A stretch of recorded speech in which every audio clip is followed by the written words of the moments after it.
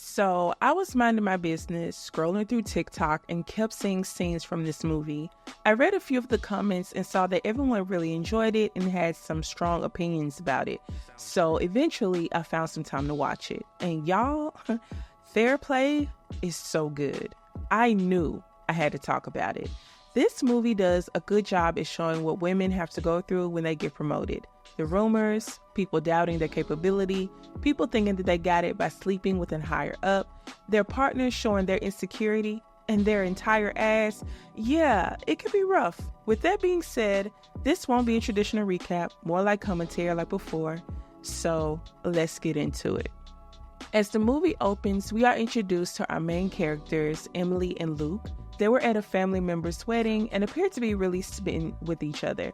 They eventually duck off into the bathroom to get a little adventurous, but it turned out to be not the best time because Emily had an unexpected visitor. And no worries, this movie doesn't center around that this time.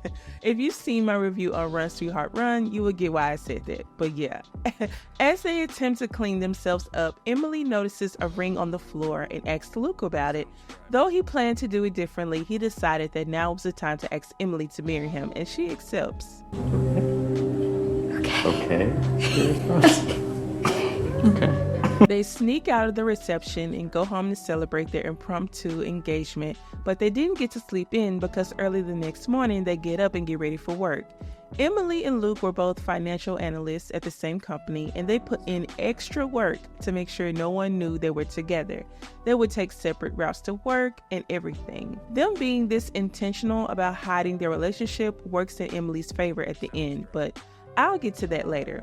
We also see their very different approaches to what they do. Emily is phenomenal at what she does, and that's due to her being analytical because, duh, and also her being able to look at an investment opportunity from all angles through thorough research, whereas Luke is very impulsive and more likely to make ill-informed emotional decisions.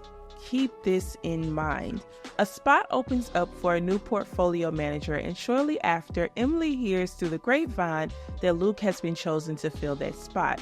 Emily was so excited to hear this that she immediately went over to tell him, and I also want to mention that their boss, Campbell, stared on as they were talking, which prompted Emily to get up before he suspected anything. Keep this in mind also. So after work, they go home to celebrate, and of course, Yeah. Now, Emily wasn't jealous, intimidated. She was genuinely happy for him and proud of him, and he was feeling himself. If I had to choose between you and the promotion, I would no. Sit and then think about it, and then I'd probably still choose the promotion. Later that night, Emily received a call from Rory, a colleague who asked her to come down to a local bar. Luke didn't want her to go, but Emily went anyway to not rock the boat. But when she gets there, her boss, Campbell, is there, and Rory had already left. She gets a drink and they talk. He had done his research on Emily. Her accomplishments were impressive too. Published in the Wall Street Journal at 17, Harvard grad, had been an analyst for 2 years, but most don't even make it to 3 years. He also mentioned how she had made some successful calls at work and he paid attention to her even when others took the credit. Basically, the position was hers for the taking, and she took it. She revealed the news to Luke shortly after. He's promoting me to PM. Congratulations. That's amazing. I'm sorry. This scene really showed the difference in their reactions to getting promoted. While Emily was happy for Luke, Luke's response to her getting the job was dry. And granted, he probably already accepted that it was his, probably was adding up his first check, spending it before he got a child, so he wasn't going to be jumping to the moon. But damn. And Emily had a right to be nervous though. It wasn't even a full 24 hours after she got the PM position that the guy started spreading rumors about her at work. Makes you wonder how she got the fast pass. What do you think? I wouldn't rule it out. Or should I just get a sex change? Yeah, man. I'm just glad I'm not her fucking analyst. No matter how qualified Emily was, no matter the wins she participated in or was responsible for, some of those men were going to always think that she got it with her body. Emily settles into her position rather quickly, putting her skills to use, and she starts getting a bad hunch about Luke when she asks him about an investment opportunity and the research he's done, and he gives her one-line answers. Again, Emily is more analytical, Luke is more impulsive, so she was looking at him like, I need more info. But she had an inkling at this point that her getting the PM position was going to be a problem. When she gets off work, she talks to her mom about her engagement, and her mother is ready to shout it from the rooftops. She doesn't get why she doesn't want her to blast her relationship online, but if people at her work found out about her relationship, that could present some issues at work since it's against company policy now that she's a PM. Emily makes it home to find that Luke wasn't there. She eventually finds him at a local bar and they share a drink. He asks Emily if Campbell tried anything with her, and she tells him no, which is the truth. The office gossip is already getting to him. He too can't grasp the fact that she was qualified for the position and got it because she showed her value and skills. But Emily gets so flustered about him possibly being resentful that she insists on helping him get the next open PM position.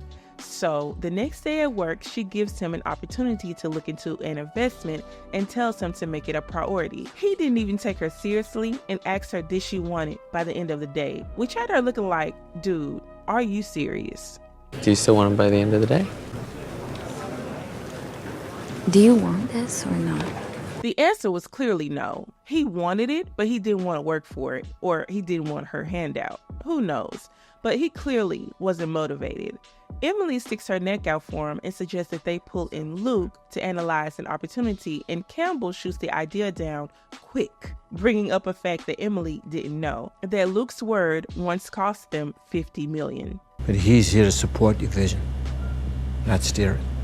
Now, it's at this point that Emily should have thought long and hard about pulling Luke in. Putting faith in him could make her lose her job. But Campbell and Paul offer to take her out for drinks, and she goes because, again, she doesn't want to rock the boat. It's here that she learns that Luke was a nepo hire, a favor for a friend, and that Campbell didn't see it for him and was waiting for him to quit. While Emily was at the bar, Luke came across this motivational speaker who focused on claiming your narrative. He's willing to spend $3,000 on this course to get his mind right, but really he should have been taking a trading psychology course or maybe learning how to be a better analyst. When Emily got home, he tells her about the course and she thought it was a waste of money and time. In her words, it was a lot of money to pay for a pat on the back, which made hella sense. Because that's what all these scammy motivational courses are. But she tries to initiate sex with him and he ignores her. Well, and I guess I'll just have to lie here and myself. Okay. Good night. The next day, Luke sees Emily schmoozing with her bosses and starts getting his feelings again. To appease him, Emily surprised him with reservations at a fancy restaurant that he didn't show up to. Homeboy didn't even want the dessert she brought home for him. He was too busy taking that scam of a course. And since he was in a petty mood, he tried to get into Emily's head. You know, it actually would be good for you. You've always had issues asserting yourself. Excuse me? He tried to make her doubt herself. He wanted her to feel as insecure as he felt in that moment. He goes on to criticize how she dressed, accusing her of presenting herself as a little cupcake and how no one would take her seriously. Being that she has the PM position, we already know that that's a lie. But anyway, Emily still tried to give Luke a chance by presenting his thoughts about an investment opportunity the next day. This is shut down immediately by Rory, who criticizes her gut feelings about the investment and doubts her capability to call the shots. A good thing comes out of it though. He tells her that the company they're looking into is about to get sued, something Luke didn't tell her about. She insists that Luke do an analysis on the company. He didn't want to do it since he just knew that this was a good call. And Emily, like a dummy, believes him and goes with it. And of course, it bites her in the ass and costs the company $25 million. And Campbell was upset. Dumb fucking bitch. Yeah, you heard that, right? You want me to say it again? Dumb fucking bitch. Now, Emily had no choice but to eat that comment right on up, as much as it must have hurt to hear. She could have cried about it and lost her job, or she could have learned from it and proved them wrong. She chose to do the latter. Honestly, I don't know how I would have reacted if he would have said that to me. That was a very tough situation. I understand the frustration over losing millions, But damn, that was harsh. Emily does research on the back end and confirmed what Rory told her about the company being sued, and she felt even worse. And it was at this point where she knew that whatever Luke suggested, she had to do her own research before making a move on it. Again, they have different approaches to investing. Luke's approach was far too risky and impulsive. So Luke tries to make this bad call up by feeding Emily insider information confirming the collapse of a company whose stock they could short. Now, Emily was concerned about the trade being illegal and struggled with deciding to go with her best judgment or give him another shot. Why she even had to think about it, I don't know. He would have no more opportunities to mess up my money. But in the end, she goes with her gut and her thorough research, and it works out for her. And Campbell had to eat his words. I should take back my comment from the other day. You mean the dumb fucking bitch one? Did I say it like that? Emily received a $500,000 check, and her colleagues were big mad. She shut their gossip all the way up, and you already know Luke was in his feelings, just swimming in them. And even then, Emily was still trying to appease him. She offered to take him out, have a little fun, but he hesitated to respond. Some of her colleagues asked her to go out for a drink to celebrate, but she took it up a notch by suggesting that they go to the strip club and throw some bands, as she should. And baby girl got toasted. I really don't know how she made it home, but as she places her purse on the table, Luke sees her check and it sends him over the edge. He refuses to have sex with her again, which starts an argument, and Emily calls him pathetic, and he had to get petty. Because I'll tell you something, you don't look like one of the boys.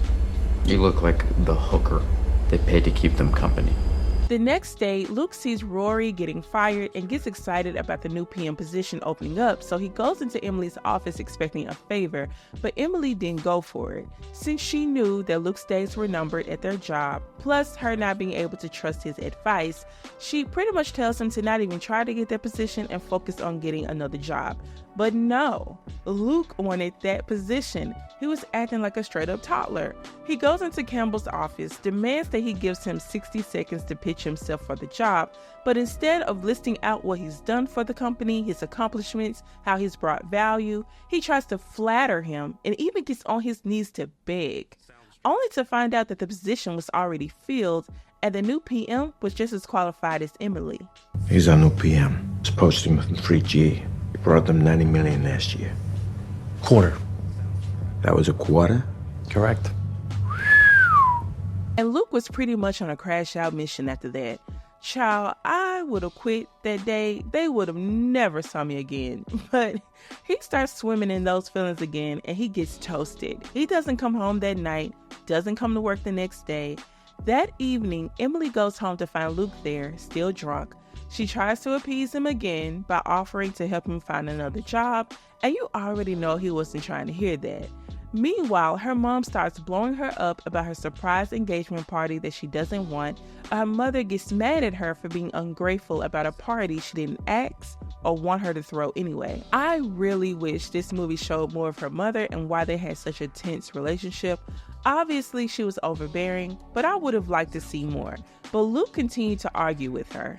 How am I supposed to act? Okay? I think I'm handling everything pretty well given the circumstances. You stole my fucking job! And this forced Emily to reveal the truth about how he got his job and why he wasn't going to keep it. And baby, that was the last straw. Let me tell you what this crazy man did. He came up to the job the next day while Emily was meeting with an overseas investor and showed his ass in front of their bosses and told all their business, knowing that he was putting her job in jeopardy. And after everything Emily had done for him and after everything Luke had done to sabotage her, she finally got about her business. At this point, she had no choice. But wait, tell me why Luke took his crazy self to the engagement party, acting like he just didn't try to blow her life up. And clearly he'd been lying to his parents. I heard about your promotion and Luke's promotion. Can someone say power couple? Oh no, he's not working with me. He's working for me. Well, not everybody gets the opportunity to fuck their way to the top. He continues talking mess, which prompts Emily to bop him over his head with a beer bottle and run off to the bathroom. Now, after all of this drama, his jealousy, insecurity, deliberately trying to blow her life up, they somehow get turned on enough to have sex. And no, this won't be a knock and boots moment because Luke takes things way too far. He knocks her head into the sink twice and doesn't stop when she tells him to, clearly taking out his frustration and anger out on her during that moment. Dude was psychotic. The next morning, Emily met with Campbell to explain Luke's blow-up. She tells him that Luke had been stalking and harassing her and she didn't report it because she felt no one would believe her. Honestly, I think Campbell knew they were together from the jump, but he knew how good she was and was willing to look past it until he couldn't. All the money in the world, all our clients want is a clean floor. You let human resources mop it up. You got more important things to focus on. No firm will touch him after the stunt he just pulled. Luke was cooked, burnt, straight up ashes in the city of New York. His position was taken by a woman shortly after. He probably would have crashed out again if he saw that. But when Emily gets home, Luke is there and he's packed his stuff and plans to move out. He's reached out to the landlord about breaking their lease and everything.